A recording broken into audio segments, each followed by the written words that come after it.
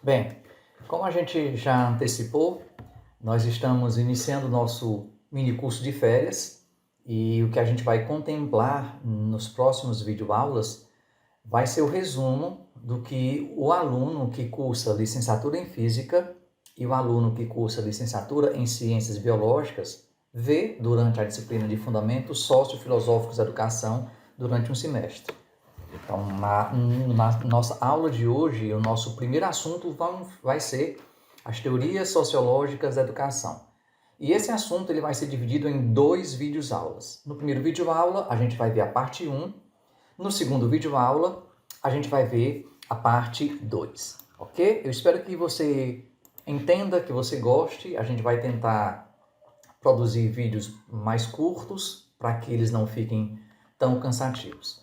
Então, o título completo é assim que o aluno que cursa essa disciplina vê na sua grade curricular, seria Teorias Sociológicas da Educação, e aí ele vai ver os principais autores: Durkheim, Weber, Marx, Gramsci, Bourdieu, e essas teorias que eles criaram ou que eles elaboraram sobre a sociedade e sobre a educação, ok? Então, a gente vai tentar falar um pouco de cada um deles, Durkheim, Weber, Marx, Gramsci e Bourdieu, numa perspectiva focada essencialmente para a educação.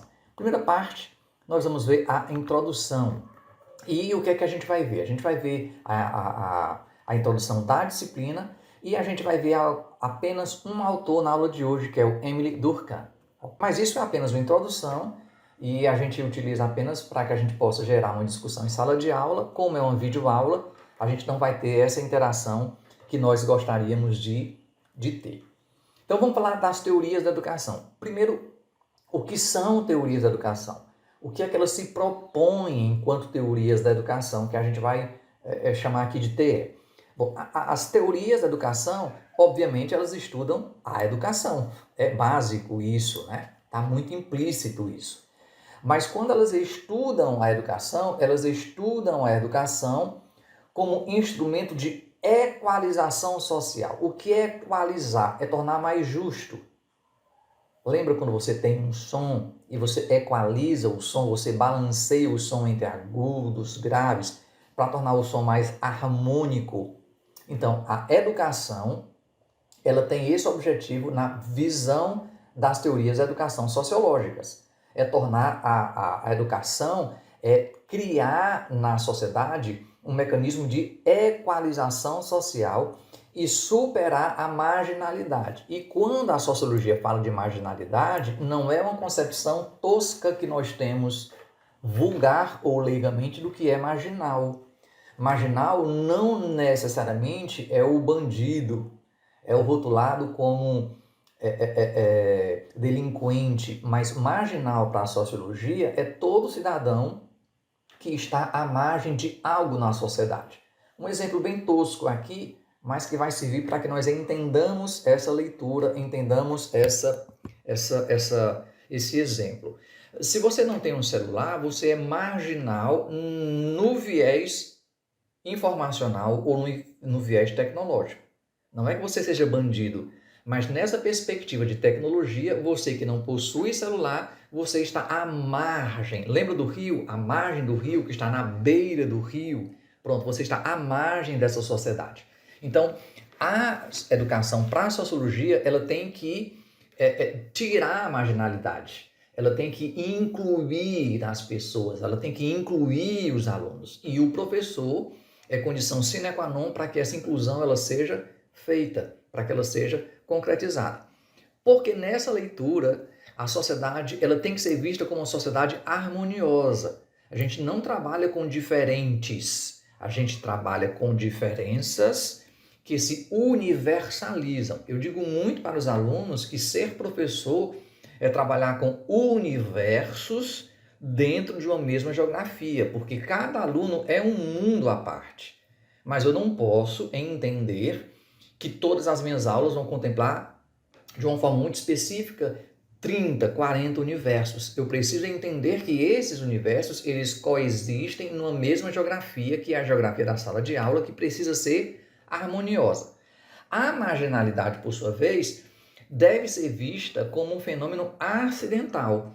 Ela não pode ser algo corriqueiro, ou ela não deve se tornar corriqueira, porque quando ela se torna corriqueira, a gente banaliza e a gente entende que ela passa a ser algo normal quando não deveria ser normal.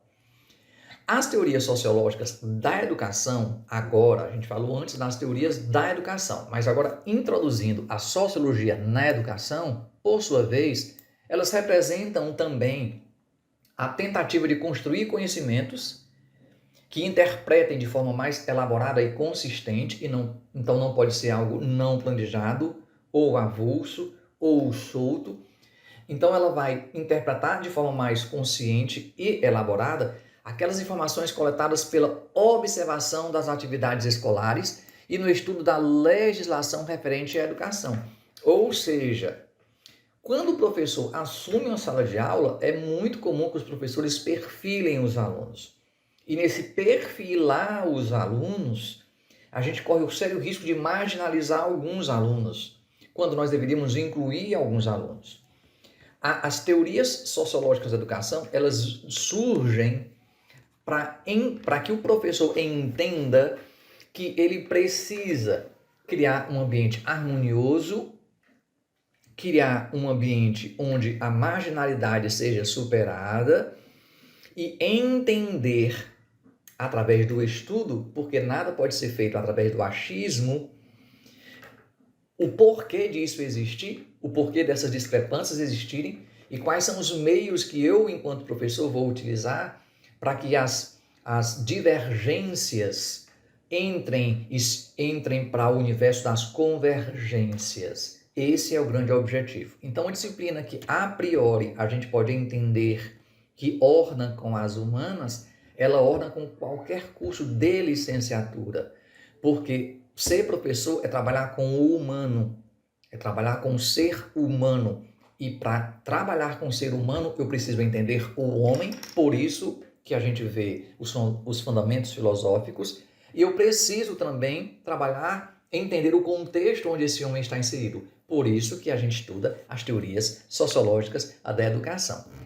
As teorias sociológicas da educação, além de representarem também essa construção, elas são modelos de explicação causal dos fenômenos sociais. Perceba que não é casual, é causal. O que cria, o que gera esses fenômenos sociais? O que é que faz com que o meu aluno, fruto de determinados contextos, haja de determinadas formas, pense de determinadas formas, haja dentro de estímulos-respostas que muitas vezes são alheios à leitura inicial do professor. Então, a sociologia, ela estuda essas possibilidades e ela promove no professor a leitura dessas possibilidades para que elas sejam incrementadas em sala de aula e que elas tragam alguma harmonia e que elas façam com que o professor possa interagir e não, ao perfilar o seu aluno, discriminar ou recriminar os seus alunos.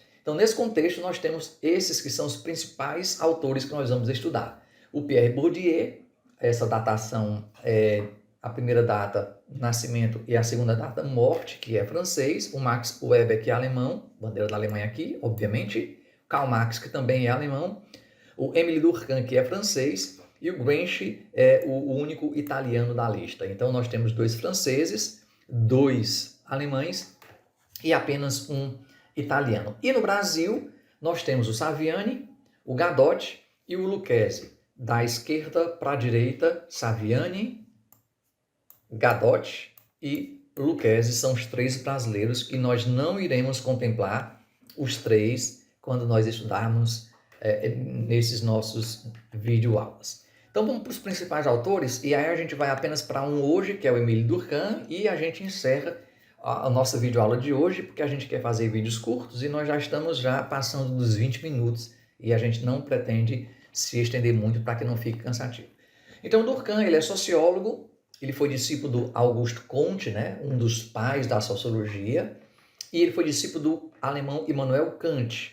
Então ele tem 2 correntes sociológicas diferentes, né? A alemã e a francesa. E ele é considerado o pai, o criador da sociologia da educação.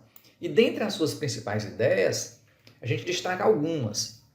Uma das ideias do Durkheim é que a principal função do professor é formar cidadãos capazes de contribuir para a harmonia social. O professor ele não pode ser um multiplicador de diferenças, ele não pode ser um fomentador de desavenças, de discrepâncias. Ele tem que promover a harmonia social. E nós, enquanto professores, sobretudo quando estamos iniciando, a gente tem que ter muito cuidado quando a gente perfila os nossos alunos, quando a gente segrega os nossos alunos, quando a gente se volta apenas para os alunos que são mais responsáveis ou que são mais interessados. E a gente meio que tem uma tendência de meio que esquecer ou levar no banho-maria os demais. Não é essa a função da sociologia da educação, ou isso não é a proposta da sociologia para a educação na formação dos professores. O Durkheim dizia que em cada aluno há dois seres. Eles são inseparáveis, mas eles são distintos. Um ser é o lado individual do aluno.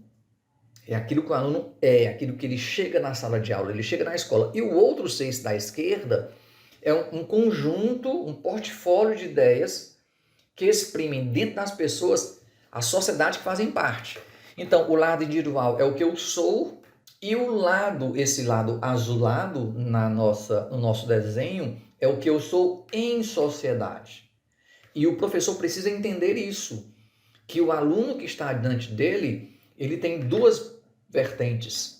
Ele tem dois lados, ele tem dois mundos que coexistem, o mundo individual e o mundo coletivizado, que Durkheim dizia que eles são inseparáveis, porque Rousseau já dizia que nós somos seres sociais. Nós nascemos para viver em sociedade, mas em sociedade, em algum momento eu serei o que eu sou. É até uma redundância, parece algo até lógico, mas muitas vezes na sociedade, quando eu me deixo influenciar ou quando eu me contagio com a sociedade, eu passo a ser um mosaico do que os outros são ou do que os outros esperam de mim. E aí a minha identidade ela é um pouco desconstruída.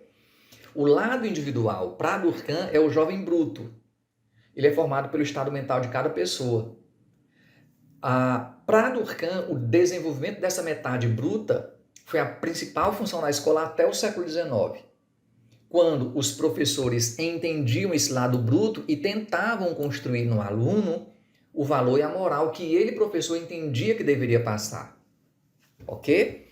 Geralmente, quando se vive em períodos ditatoriais e que a educação sofre influência disso, o lado bruto, o lado individual, ele é o lado que é mais trabalhado na escola.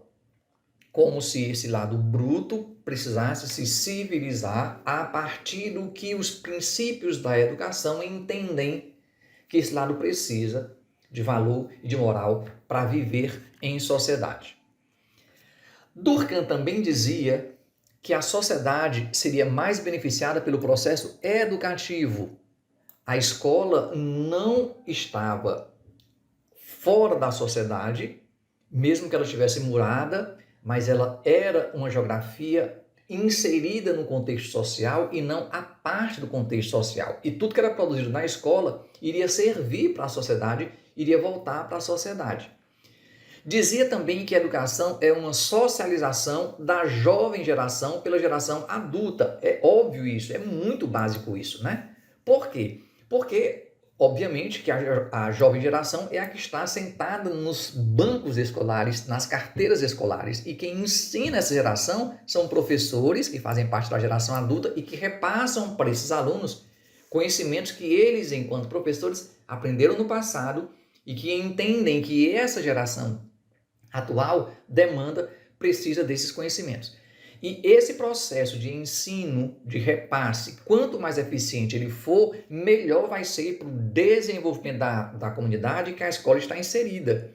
Então, não é o aluno que pensa nesse momento, é o professor que pensa pelo aluno e decide aquilo que o aluno vai ver, que aquilo que o aluno vai estudar. Isso é pauta de muita discussão, sobretudo nessa reforma agora que se pensa do ensino médio, mas, via de regra, isso tem muito a ver com o que a gente vai ver em outras disciplinas pedagógicas nos cursos de licenciatura.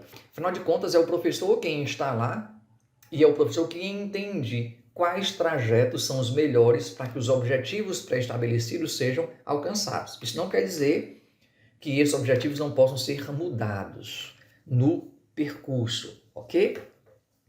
A construção do ser social, feita em boa parte pela educação, entende-se que o jovem, ele não é só o aluno não é só lapidado, né? Não é só moldado, é uma palavra muito pesada a gente falar aqui, mas para que nós entendamos, pela escola. Também é pela igreja, também é pela família, também é pela sociedade. Por isso é que Durkheim fala que essa construção ela é feita em boa parte, não na sua totalidade, pela educação. É a assimilação pelo indivíduo de uma série de normas e princípios. Que indivíduo é esse? O aluno. Que normas e princípios são esses? Os valores morais, os valores religiosos. Lembra que Durkheim está falando no contexto do final do século XIX, gente. Certo? Entendam isso. Onde havia uma influência muito mais precisa desses valores do que nós temos hoje nas nossas escolas. Valores morais, valores religiosos, valores éticos ou de comportamento. E são esses valores que vão balizar, que vão ser parâmetros para a conduta do indivíduo no grupo. Então é como, por exemplo, já aconteceu algumas vezes comigo enquanto professor. Você passa uma atividade em equipe ou trabalho em equipe. E qual é a função do trabalho em equipe? É a socialização. E quando você encontra um aluno que não quer socializar, o que é que o professor tem que fazer nesse contexto? Ele pode até utilizar medidas cosméticas, paliativas, mas cosméticas, mas ao final do processo o aluno precisa se socializar. Ele não pode passar todo um curso, todo um ano fazendo só atividades individuais porque ele não se socializa, não é esse o objetivo. O objetivo da escola, sobretudo, é socializar. O conhecimento socializado, a interação de um indivíduo com os demais indivíduos. E o Durkheim dizia que o homem, mais do que formador da sociedade, é um produto dela. Eu não vivo ilhado, ninguém é uma ilha. E a educação, então, ela tem que contribuir para que essas geografias individuais e coletivas, elas se complementem. É interessante a gente perceber, para finalizar, que Durkheim não desenvolveu nenhum método pedagógico, mas as ideias de Durkheim, elas ajudaram a compreender o significado social do trabalho do professor. Essa visão de leitura o professor tem que ter, para que ele possa, enquanto professor, ser muito atuante no processo. A educação tem por objetivo suscitar e desenvolver na criança estados físicos e morais que são requeridos pela sociedade política no seu conjunto, preparar o aluno para viver em sociedade. Por isso que existem regras a serem cumpridas. Não significa que todas essas regras sejam imutáveis. Algumas não, outras sim. Durkheim dizia que se a educação for desligada das causas históricas, ela se tornará apenas exercício da vontade e do desenvolvimento individual, o que para ele era incompreensível. Ou seja, todo contexto educacional é fruto de um contexto histórico. Todo contexto pessoal é fruto de um contexto histórico. Todo contexto social é fruto de um contexto histórico. A nossa história ela não é construída na individualidade. A conjuntura interfere na forma como eu sou. Ok? A educação, antes de tudo, satisfaz as necessidades sociais e toda educação consiste no esforço contínuo para atribuir à criança maneiras de ver, de sentir e de agir, às quais ela não teria chegado de forma espontânea. Por isso o professor, por isso a escola. Certo? Bom, gente, terminamos o nosso primeiro vídeo aula, onde nós estamos abordando fundamentos socio-filosóficos da educação. O vídeo ficou um pouco maior do que eu imaginava, a gente está chegando agora à casa dos 30 minutos, mas eu espero que vocês tenham gostado, que vocês tenham aprendido, e aí vocês podem rever tantas vezes quantas vocês queiram. No nosso próximo vídeo aula, a gente vai contemplar os outros autores e eu prometo que vai ser um pouco mais curto do que esse vídeo. Certo? Fiquem bem, fiquem com Deus e até o nosso próximo vídeo aula.